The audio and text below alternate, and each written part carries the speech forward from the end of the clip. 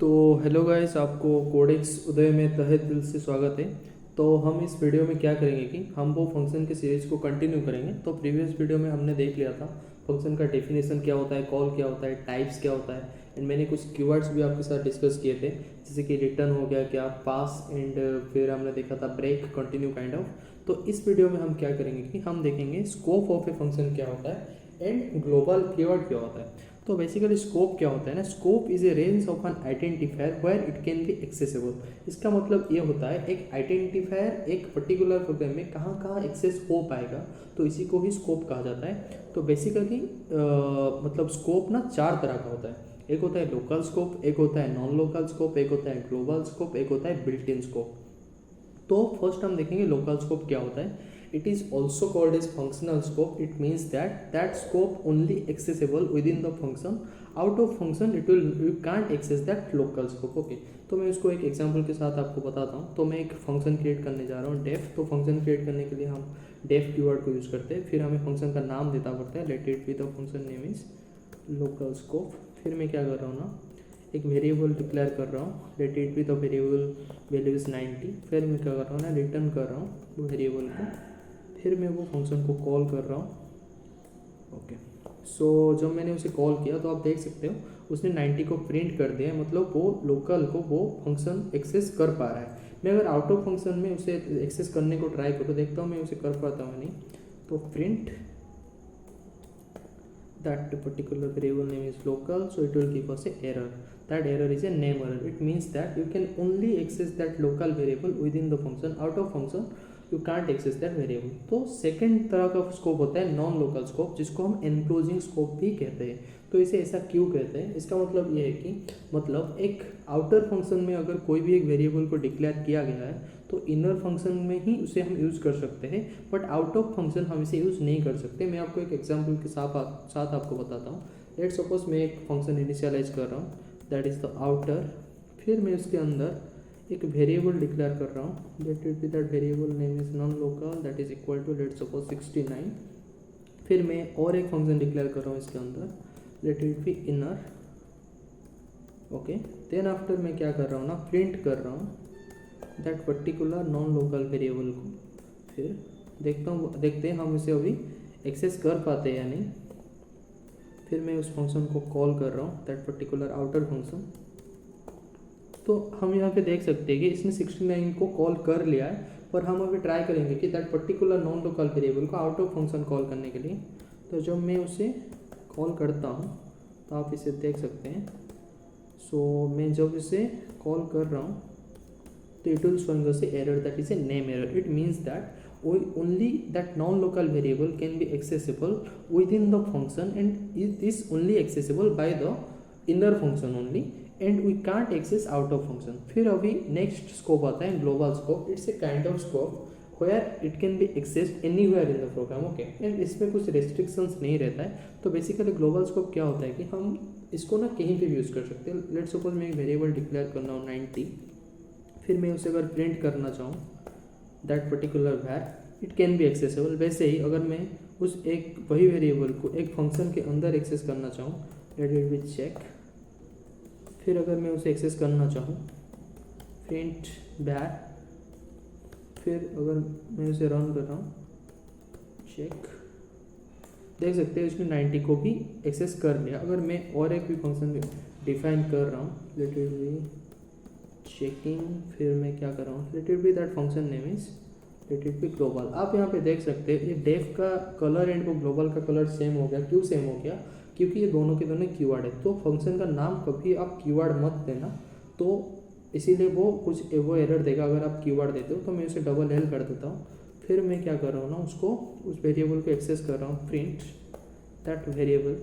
फिर अगर मैं उसे कॉल करता हूँ दैट पर्टिकुलर ग्लोबल, आप देख सकते हैं इसने भी उसे एक्सेस कर लिया। इसका मतलब ये variable is accessible globally. Okay, फिर हम देखेंगे बिल्ट इन स्कोप क्या होता है। तो first thing, built in scope क्या होता है ना, it's a highest level of scope and it can be used anywhere in the program and it's pre built in the Python. इसका मतलब ये है कि ये कुछ ऐसे स्कोप होते हैं जिसको हम प्रोग्राम में कहीं पे भी यूज़ कर सकते हैं एंड इसको यूज़ करने के लिए हमें कोई भी इनिशियलाइजेशन ऑफ फंक्शन कुछ नहीं करना पड़ता, ये बिल्ट इन ही आता है पाइथन के साथ। मैं एक एग्जांपल आपको देता हूँ। अगर मैं प्रिंट करता हूँ एब्सोल्यूट वैल्यू ऑफ -5, तो यहाँ पे जो ABS है यही है एक built in scope, that is ABS, it is a built in scope. So इसे जब भी हम कॉल करेंगे एक एब्सोल्यूट वैल्यू हमें प्रोवाइड करेगा।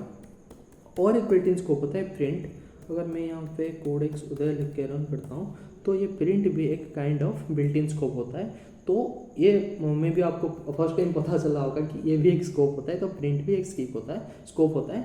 तो अगर मैं और एक क्रिएट करता हूँ, लेट इट बी लिस्ट 8,9,5, फिर अगर मैं प्रिंट करता हूँ लेंथ ऑफ दैट लिस्ट, तो यहाँ पे 3 आ रहा है, तो ये len दैट लेंथ फंक्शन, ये भी एक काइंड ऑफ स्कोप होता है, ठीक है। फिर हम देखेंगे ग्लोबल कीवर्ड क्या होता है। तो global keyword in Python is used to declare a variable inside a function as a reference to the global variable with the same name, indicating that any modification to the variable should affect the global scope. इसका मतलब ये होता है कि अगर हम एक global variable लेते हैं, लेट इट बी 10, ओके। फिर अगर मैं एक फंक्शन क्रिएट करता हूँ with the name of check, तो let it be that function name is let it be func, okay. So मैं जब अगर इस वेरिएबल को मैं अभी एक्सेस करना चाहूँ इनसाइड दैट फंक्शन, तो मैं अगर उसे कॉल करता हूँ दैट फंक, तो यहाँ पे ये क्या करेगा ना, 10 को प्रिंट कर देगा। अगर मैं और एक वेरिएबल और एक फंक्शन क्रिएट करता हूँ, ठीक है, एंड इस फंक्शन का नाम दे देता हूँ funk2, फिर मैं क्या चाहता हूँ कि इसके अंदर मैं एक और एक वेरिएबल लेता हूँ, इसका वैल्यू मैंने दे दिया 90। फिर मैं अगर अभी वो funk2 को कॉल करता हूँ, तो आप देखना ये 90 प्रिंट करेगा। मतलब अगर हम किसी भी एक फंक्शन के अंदर एक वेरिएबल को डिक्लेयर करते हैं एंड वो वेरिएबल ग्लोबली मतलब एज ए ग्लोबल स्कोप भी एक्ट कर रहा है, तो वो फर्स्ट प्रेफरेंस वो लोकल वेरिएबल को देगा टू रन ए फंक्शन। अगर यहाँ पे प्रेजेंट नहीं होगा फिर वो चेक करेगा ये कहीं ग्लोबली प्रेजेंट है या नहीं, तो इसीलिए इसने 90 प्रिंट किया। तो अभी ग्लोबल कीवर्ड को क्यों यूज़ करते हैं अभी हमें पता चलेगा। अगर मैं किसी भी एक ग्लोबल स्कोप को यूज़ करना चाहूँ, let it be that variable name it, let it be variable is equal to 80। फिर मैं चाहता हूँ variable that is equal to 90, let suppose let it be 55, okay. फिर मैं एक फंक्शन क्रिएट कर रहा हूँ, let it be the function name is function. फिर मैं क्या कर रहा हूँ, मैं इस वेरिएबल को ग्लोबल डिक्लेयर कर रहा हूँ, दैट वेरिएबल को, ठीक है। उसके बाद अगर मैं करता हूँ वेरिएबल प्लस इक्वल टू 1, फिर मैं क्या करता हूँ रिटर्न कर देता हूँ दैट वेरिएबल।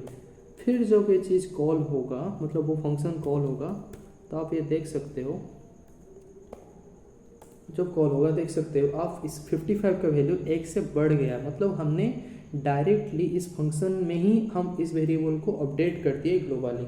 तो यही होता है ग्लोबल कीवर्ड का काम। तो अगर आप इस वीडियो में अभी तक मेरे साथ बने हुए हो, मतलब आपको ये वीडियो पसंद आया है, अगर ये वीडियो आपको पसंद आया है आप इस वीडियो को लाइक कर सकते हो, चैनल को सब्सक्राइब कर सकते हो, आपके दोस्तों के साथ इसे शेयर भी कर सकते हो, इससे मुझे मोटिवेशन मिलेगा ये लाइक और भी अच्छे से अच्छा वीडियो आपके लिए लाने के लिए। एंड उसके बाद और एक इम्पोर्टेंट थिंग है जो कि इस सारे के सारे ट्यूटोरियल का नोट्स आपको कहाँ पे मिलेंगे। देखो मैं डेली बेसिस में इसमें प्रोजेक्ट्स भी डालूंगा, तो प्रोजेक्ट्स में तो मैं उसका गिटहब लिंक दे दूंगा जहाँ से आपको प्रोजेक्ट का नोट मिल जाएगा। तो मैंने सोचा कि मैं अगर कोई भी फंक्शन या फिर ऐसा कोई एक सीरीज़ लाता हूँ तो मैं उसके ऊपर एक आर्टिकल लिख लूँगा, तो आप जाके वो आर्टिकल सीधा एक्सेस कर पाओगे मीडियम में जाके, ठीक है। तो यहाँ पे एक आर्टिकल मैंने लिख के रखा है ऑलरेडी, तो यही है एक फंक्शन इन पाइथन। तो ये है उस सीरीज़ का लिंक। तो यहाँ पे वो स्टार्टिंग से लेके एंडिंग तक जितना भी पढ़ाया गया है आप यहाँ से उसे एक्सेस कर पाओगे, उसके एज ए नोट भी आप इससे रेफरेंस ले सकते हो। एंड अगर आपको ये अच्छा लगे तो आप मुझे मीडियम पे भी फॉलो कर सकते हो। तो मैं इस आर्टिकल का लिंक भी डिस्क्रिप्शन में दे दूँगा। तो thank you for being till now in this video, and आपसे मिलते हैं नेक्स्ट वीडियो में।